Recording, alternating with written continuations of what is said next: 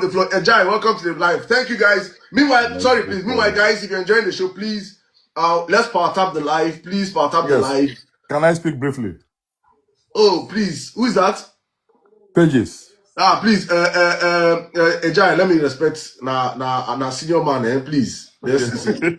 Sorry. I see the white bears everywhere. So welcome, sir. Thank God you made me put it. I had to put it so. Let me tell you one few things. Coincidentally, I was in the same university with Peter Obi in University of Nigeria and Soka.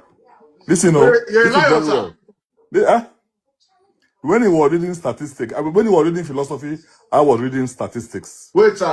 Sorry, please. Sir. Yes. So you're a super lion.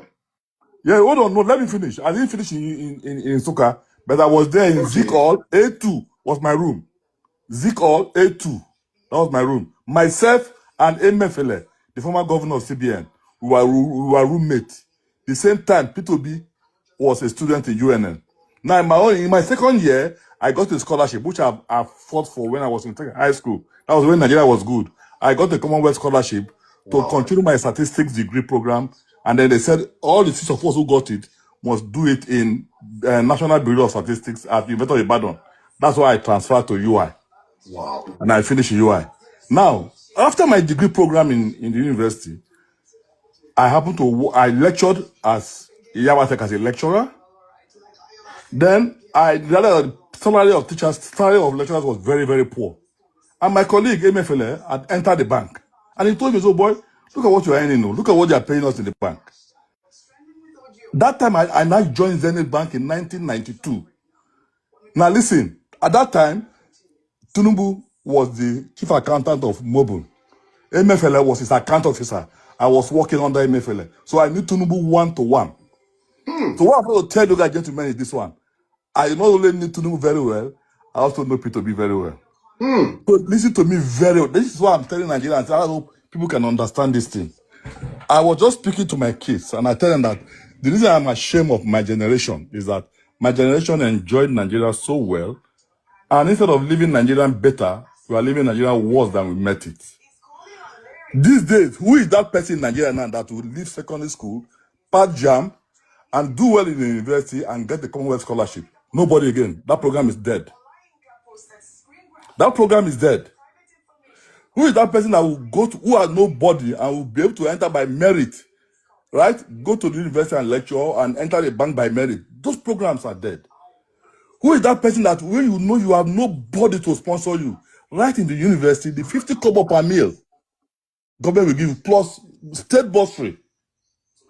And you can survive without parental support in the university. These are the things we inherited.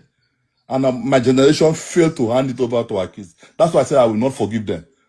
This is my generation. Because if you do not know what we went through, you will not understand how bastardized the economy is today. Now, I've seen both of them clearly and closely. And that's the reason why I'm telling Nigerians, if only you can give Peter Obi a chance. After 4 years, I swear, if he leaves, you are going to call him back. God bless you, sir. I swear, I'm not betting my life. If he leaves, you are going to call him back. So, guy, you can't go. Don't do what Alex Oti do. It doesn't take 8 years to make an impact. Thank you. If you want to make it doesn't take. How many months does it take Tinubu to make an impact in devastating our economy? It's just 1 month. Remove subsidy, remove this thing, because it didn't sit down to calculate it, to reflect on it. It's not, up to now, it's not interested. I'll just tell you one thing now. Now, Peter said he can bring in almost 10,000 megawatts of electricity into Nigeria through solar power alone. And he traveled to Egypt. Many of you may not know. He went to Egypt to see how Egypt did it. And Egypt said, yes, we can do it. But the problem is Nigeria is very corrupt. But what did Tinubu do? Right? Egypt said they can do it with 170, not Egypt now, the people that were doing did it in Egypt. With 185 billion naira, that would have been the cost before this exchange rate. But what did Tinubu do? He came into the country, he became a president, he installed solar power only for himself in Aso Rock and left the other place. Obi will never have done that. Facts. He will never have done that. He will never have said, let me abandon my people and make only myself comfortable. Obi will never have taken 150 billion to go and buy a private jet for himself. Listen, I am a professor in Canada. I'm a professor of statistics and econometrics in Canada. Listen to me.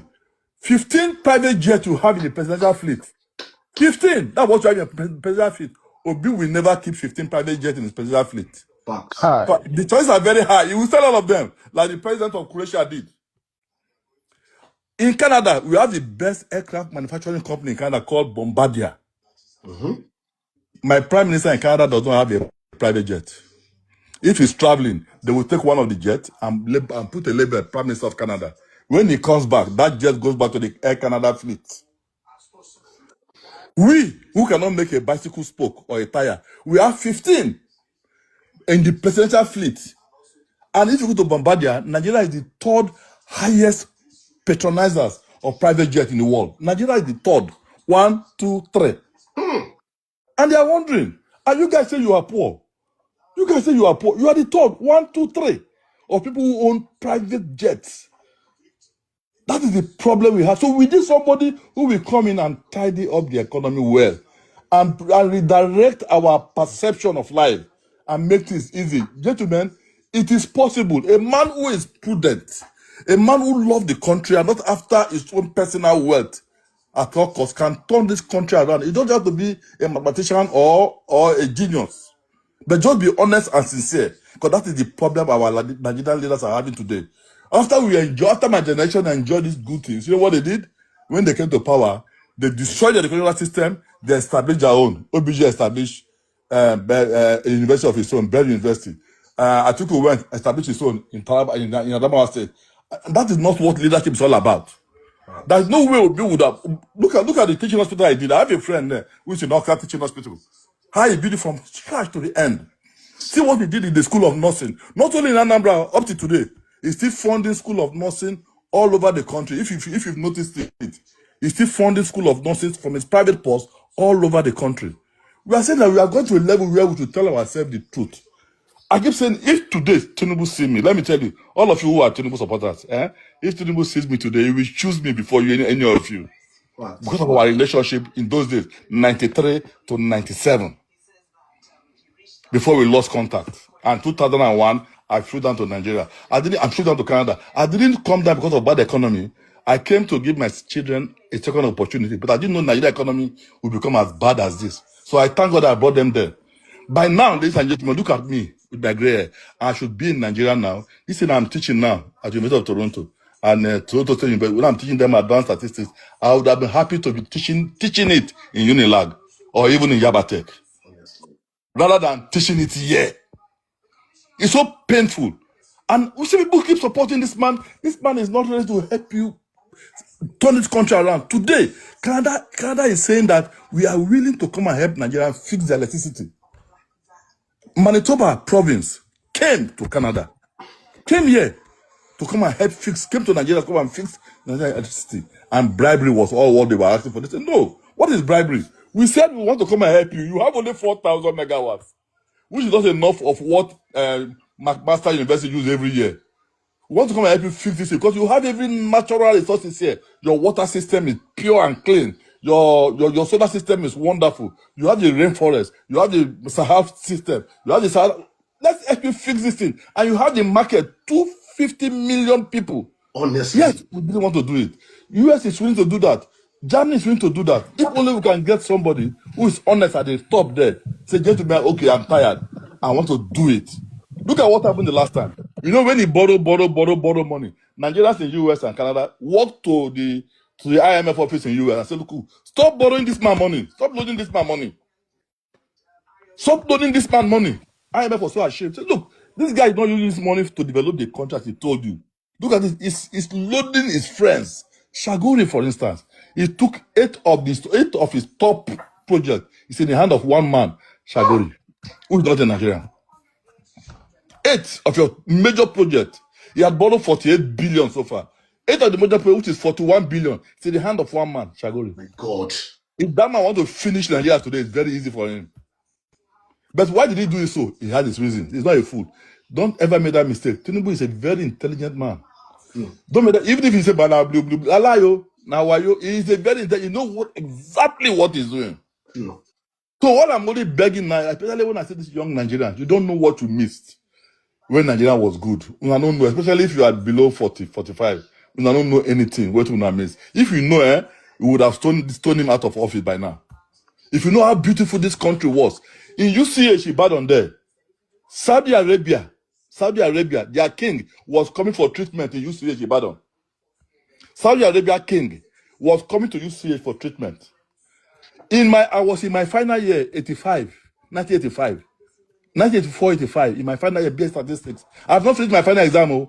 When three of us apply, we are making about first class, apply for a PhD in Cambridge. We were given admission. Go and do it now. Nobody will give you admission. We are in our final year.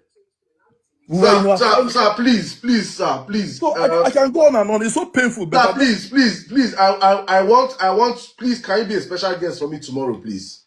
Why not? Tomorrow is Tuesday, Wednesday. Yes, I can be. Please. But I just want our young Nigerians to. Do you know why I asked? Do you know why I said this? Yeah. I'm going to cut off this particular submission you have today and amplify it, and I will bring in, by the grace of God, tomorrow. We will. All of us here will bring in thousands of Nigerians here. Yes, the reason I'm driving those, I want to make sure that young Nigerians know what they have lost.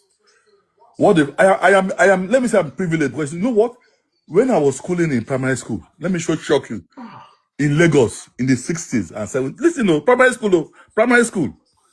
I was living in Ajegule. If you know Ajegule, you know Lagos a bit. I attended a Papa Baptist primary school. Twice a week they give us. No, it's bigger than this. They give us a tin of lactogen milk, lactogen powder milk, free of charge. They give us, we just drink them, we just eat and they go. Lactogen was what we were enjoying. Lactogen powder milk, free of charge. Milk, that big cup. Sir, so that we can grow what? So can you hear me, sir? Eh? Can you hear me, sir? I want to ask you a question, please. At that point in time, was there pipe borne water in Lagos?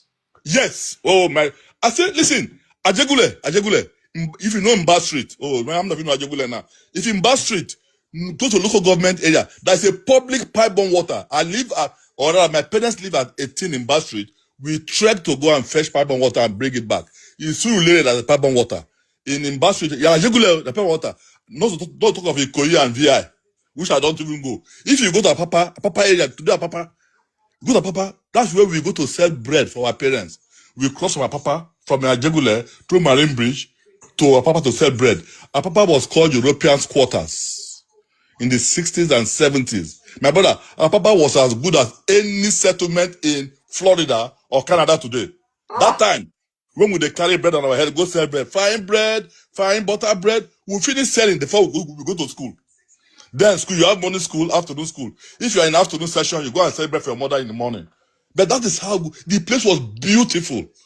But see how they I said, because you did not see what happened before, so you're not able to hold these guys responsible. For people like us who saw it, I said, God, when I became a branch manager in Zenith and I went to Papa, I cried.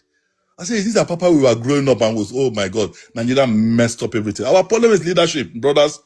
Leadership, don't be carried away by tribe. I beg you. Don't be carried away by tribe. Don't be carried away by anything. Look at the number of Nigerians in my class in Toronto. Look at the number. If you have 100 students today, you have about 30, 40 Nigerians. Some of them are vice principal of secondary schools. They jackpot to imagine somebody become a principal of a secondary school or a vice principal of a secondary school. Jackpot to come and be washing people's bomb and sorry to say that type of thing, because he's running away from bad governance. And that same person is saying, Tinubu is the best. I say it's not your fault. You don't know anything. If you know, you realize that, boy, forget it. Nigeria is a beautiful place. That's what I'm telling people. In this country, if we got it right, people like me, if we got it right, people like me and many more like that will fly down. And so many other people. But because people are running down here, because of the bad governance. Now see how bad it is now. You go to a level now, people are coming to kidnap people and killing and banditry, and you say, hey, what is this? What is going on? But we don't understand. Because we don't understand. That's my own, to let the younger ones know that, hey, once upon a time, this land was blessed, beautiful. Please, sir, Sir, The land is please. still blessed, though. Please, The sir, land is please. still, you know why I Please, say the land is still blessed? You know why? please, I'll have to stop you here. I'll have to stop you here. Okay, no problem. I'll see you tomorrow then. Please, you're making me I'll see you get so tomorrow. emotional right now. Please, Yes, sir, I please, bless you. I'll see you tomorrow. Okay. let me save this for tomorrow. God bless All you, right. sir. All Thank right. you God bless so you much. too. Thank you so much. Thank you too. Oh my goodness.